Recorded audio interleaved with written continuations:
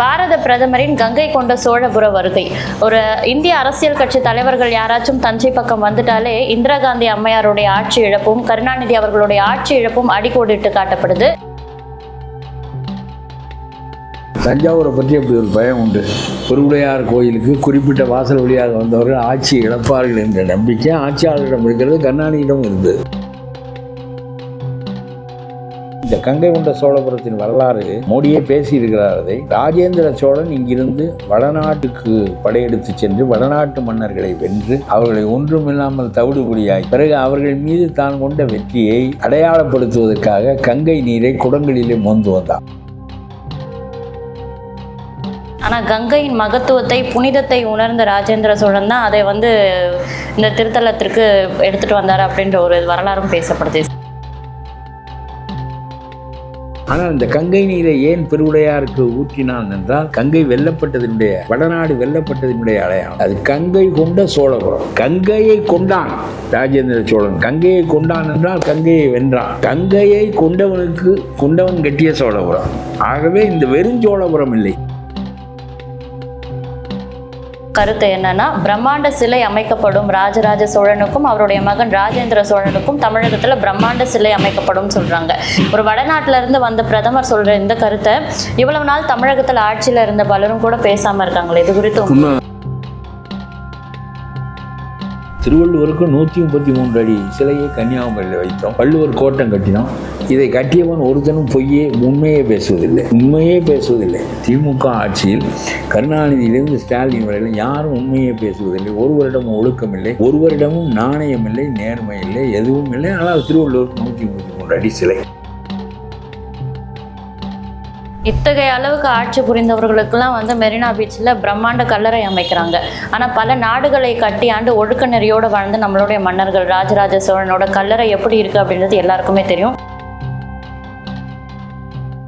காலத்திலடா பேசினால் அறிவு கட்டவனே என்று பராசக்தியில் வசனம் எழுதியவருக்கும் ஒரு அச்சம் இருந்திருக்கும் போல இருக்கிறது. பெருவுடையார் கோயிலுக்கு குறிப்பிட்ட வாயில் வழியாக போனவர்களெல்லாம் பதவி இழந்து விட்டார்கள் என்கின்ற எண்ணம் எல்லா ஆட்சியாளர்களுக்கும் உண்டு.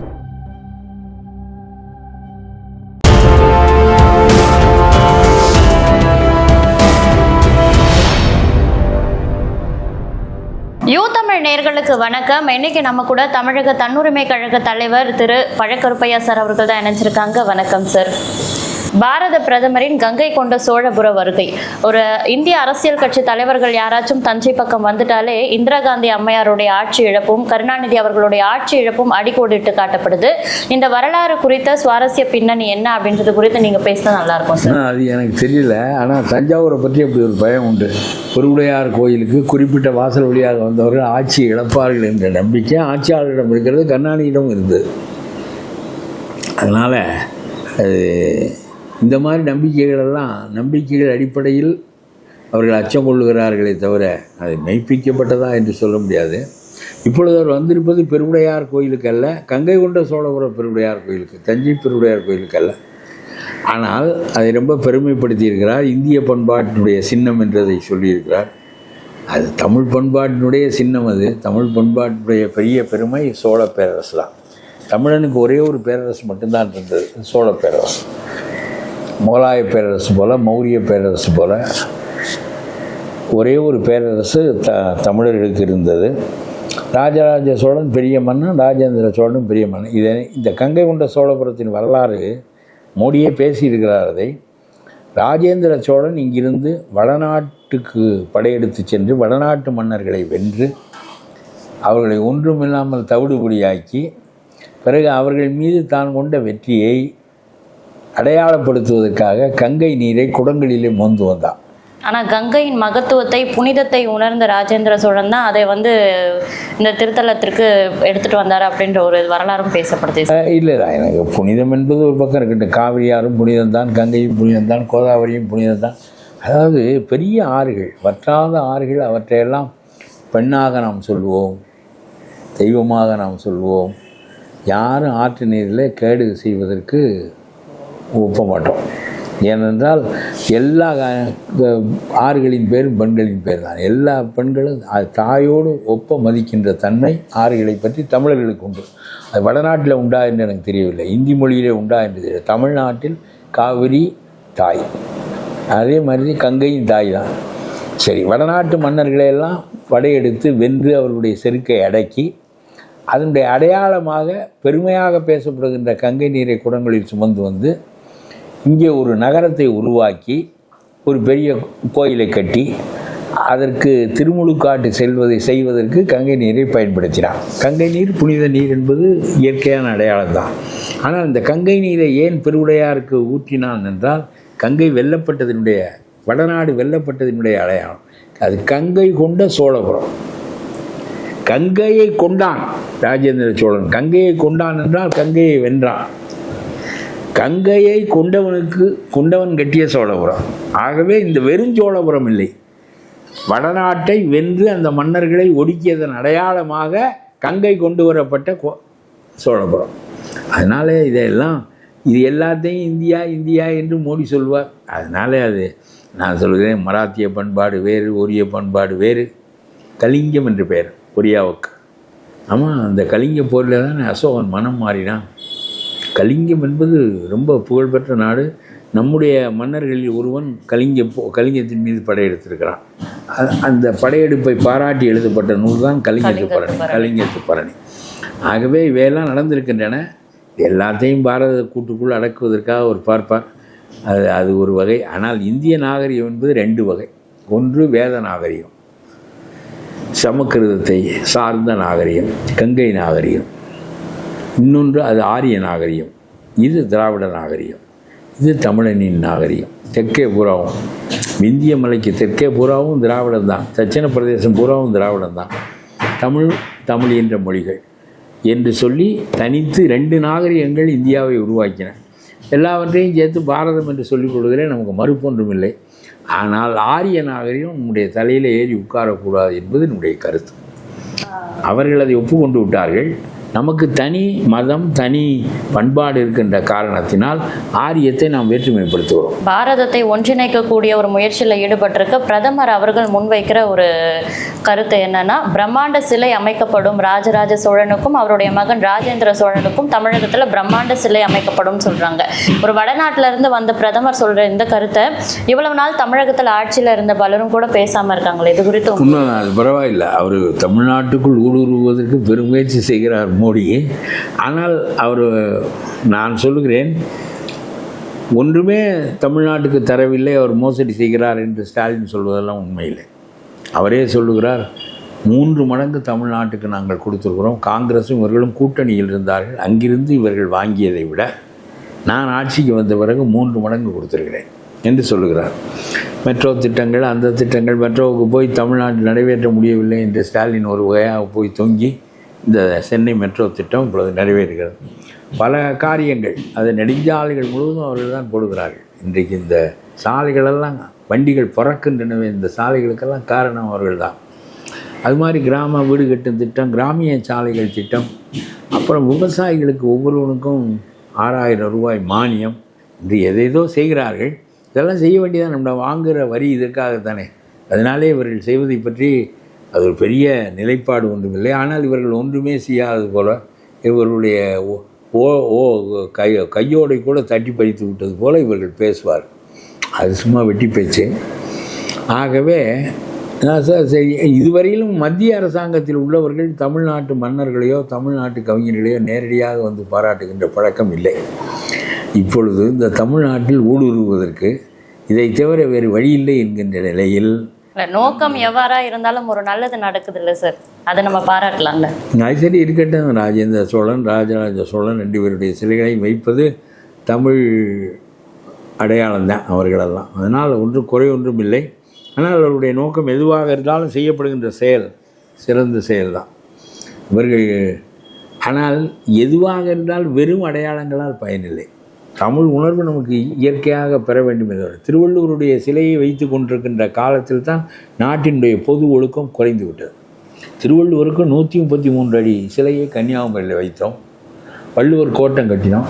இதை கட்டியவன் ஒருத்தனும் உண்மையே பேசுவதில்லை. திமுக ஆட்சியில் கருணாநிதியிலிருந்து ஸ்டாலின் வரையில் யாரும் உண்மையே பேசுவதில்லை. ஒருவரிடமும் ஒழுக்கம் இல்லை, ஒருவரிடமும் நாணயம் இல்லை, நேர்மை இல்லை, எதுவும் இல்லை. ஆனால் திருவள்ளுவருக்கு 133 அடி சிலை.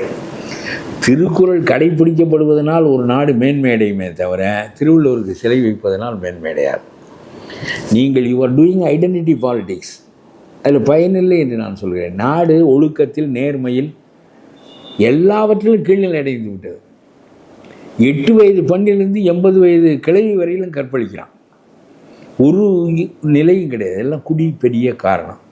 பண்ருட்டியில் சும்மா சிறுநீர் கழிப்போம் என்று ஒரு பெண் வயதானவள் ஒதுங்கினால் அவளை போய் கற்பழிக்கிறான் என்று செய்தித்தாளிலே போட்டிருந்தான். அவளுடைய 2 பவுன் தோட்டையும் பிடிங்கி கொண்டு போய்விட்டான். 80 வயசு பெண்ணை செய்ய முடியுமா என்றால் செய்கிறான். 8 வயசு சிறுமியை முடியுமா என்றால் செய்கிறான். அவ்வளவு கேவலமாக குடி ஒழுக்க குறைவு எல்லாம் இந்த ஆட்சியில் பெரிய அளவுக்கு போய்விட்டன. இத்தகைய அளவுக்கு ஆட்சி புரிந்தவர்களுக்கெல்லாம் மெரினா பீச்சில் பிரம்மாண்ட கல்லறை அமைக்கிறாங்க. ஆனால் பல நாடுகளை கட்டி ஆண்டு ஒழுக்க நெறியோடு வாழ்ந்த நம்மளுடைய மன்னர்கள் ராஜராஜ சோழனோட கல்லறை எப்படி இருக்கு அப்படின்றது எல்லாருக்குமே தெரியும். அந்த காட்சிகள் நீங்களும் பார்த்துருப்பீங்க அப்படின்னு நினைக்கிறேன். அந்த கல்லறையை புதுப்பிக்கிறதுக்கான இந்த நாட்டில் திராவிட இயக்க தலைவர்களுக்கு மட்டும் கல்லறை அமைத்தார்கள். ஆனால் இதை முதல்ல தமிழ்நாட்டினுடைய மிகச்சிறந்த ஆட்சியாளர்கள் என்று சொல்லப்பட்ட ராஜாஜி காமராஜரிடம் கொண்டு காந்தி மண்டபத்தில் ஒதுக்கி விட்டார்கள். அப்படித்தான் செய்வார்கள். தெரிந்தது தானே. எல்லாம் இவர்கள் செய்கின்ற அட்டூழியங்கள் இதை விட மேலானவை. 5 கலெக்டர்கள் ஆற்று மணலை திருடினார்கள் என்பதற்காக நீதிமன்றத்தை சந்திக்கிறார்கள். ஒரு IAS படித்தவன் ஒரு 38,000 கோடி ஆற்று மணலை அரசாங்கம் திருடுவதற்கு, ஆட்சி செய்பவர்கள் திருடுவதற்கு உதவி செய்திருப்பான். அவன் 38,000 கோடியும் அவனால் அடிக்க முடியாது. ஆனால் அவனெல்லாம் என்ன நினைக்கிறான் என்றால், இந்த அரசை காட்டிக் கொடுக்க முடியாது. ஏன் காட்டிக் கொடுக்க முடியாது? ஏன் இதை செய்தா என்று கேட்பான். அப்பொழுது வழக்கெல்லாம் 25 ஆண்டுகள் 30 ஆண்டுகள் நடக்கும். என்ன ஆக போகிறது? நம்முடைய காலத்திற்குள் இந்த வழக்குகள் முடியாது. நம்முடைய நீதி அமைப்பு படுமட்டமானது. 2003 ஒரு வழக்கு துரைமுருகனின் மீது, ஒரு 2003 இப்போ 2025 22 ஆண்டுகளுக்கு பிறகு மீண்டும் வழக்கு. ஏனென்றால் இவர்களுடைய ஆட்சி காலத்தில் அந்த வழக்கை இல்லாமல் செய்து கொண்டு விட்டார். வரலாற்று சிறப்புமிக்க தீர்ப்புகள் எல்லாம் இந்த ஆட்சியில் வரப்பட்டது அப்படின்னு சொல்றாங்களே. இந்த துரைமுருகன் மீது இருந்த வழக்கு திமுக ஆட்சியில் போய், பொன்முடி மீது இருந்த வழக்கு போய், எல்லாம் பிறல் சாட்சிகளாக மாறி அதிகாரம் செந்தில் பாலாஜி வரையிலும் ஒரு கேவலமான ஆட்சி என்பதற்கு ஒரே ஒரு சான்று, ஒரு குற்றவாளியை கொண்டு போய் மந்திரியாக ஆக்குவது. குற்றம் சாட்டப்பட்டு லஞ்சம் வாங்கினார் என்பதை அவரே ஒப்புக்கொண்டு, நான் வாங்கினேன் கொடுத்து விட்டேன் என்று சொன்னார். ஹைகோர்ட்டும் ஆமாம் என்று விடுதலை செய்தது. நம்முடைய நீதி அரசர்கள் என்ன சாமானியமானவர்களா? சரி, அதான் வாங்கியதை கொடுத்து விட்டான் என்று விடுதலை செய்து விட்டார்கள். சுப்ரீம் கோர்ட்டிலே ஒரு நீதிபதி பார்த்து விட்டு அப்படியே திருநவெல்லாம் போய் திருந பொருளை வைத்து விட்டேன் என்று விடுதலை கேட்பேன். அதனால் இடரா மறுபடியும் அந்த வழக்கை என்று சொல்லி இப்பொழுது எடுத்து நடத்துகிறார்கள். அந்த மாதிரி ஒரு குற்றவாளியை, தானே லஞ்சம் வாங்கியதாக ஒப்புக்கொண்ட ஒரு குற்றவாளியை கொண்டு போய் சிறையிலே இருக்கிற போது அவரை மந்திரியாக நியமிக்கிறார். ஒரு குற்றவாளியை எப்படி குற்றவாளிக்கு எப்படி பிரமாணம் செய்து வைக்க முடியும் என்று ஆளுநர் கேட்கிறார். அது மரபில்லையே. குற்றவாளி சிறையிலே போயா அவருக்கு பிரமாணம் செய்து வைப்பது என்று கேட்கிறார். தட் இஸ் மை ப்ரையாரிட்டி என்று அவர் நியமித்து விட்டார். பிரமாணமெல்லாம் எடுத்துக்கொள்ளாமலே அவர் மந்திரியாக ஆகிவிட்டார். அப்புறம் இவர் மந்திரியாக உள்ளே இருக்கின்ற போது ஜெயிலருடைய ஏசி ரூமில் இவர் படுத்துக்கொள்வார், ஜெயிலர் போய் செல்லிலே படுத்துக்கொள்வார். அப்படித்தான் இருக்க முடியும். என்ன பண்ணுவார்? ஒரு மந்திரியாக இருக்கின்ற ஒருவரிடம் ஜெயிலர் சாதாரண அதிகாரி, அவர் எப்படி நடந்து காலையில் எழுந்து ஏன்னா குட் மார்னிங் போகலாம். ஜெயிலுக்கு 10 தடவை போயிருக்கிறேன். காலையில் 5:30 மணிக்கு எந்திரிங்களா, ஒருத்தனும் எழுந்திருங்கள் என்று சொல்லுவேன். எந்திரிங்களா எல்லாம் என்னடா எந்திரிடா, ஒரு தடியை வச்சு ஒரு தட்டுவேன் அந்த கம்பியில். உட்காருங்கடா வரிசையில். உள்ளே போகுதுன்றால் சிறைக்குள்ளே போகுதுன்றால் எப்படி உள்ளே விடுவாங்க? எல்லாம் உறிஞ்சு காட்டணும் அந்த டாக்டருக்கு.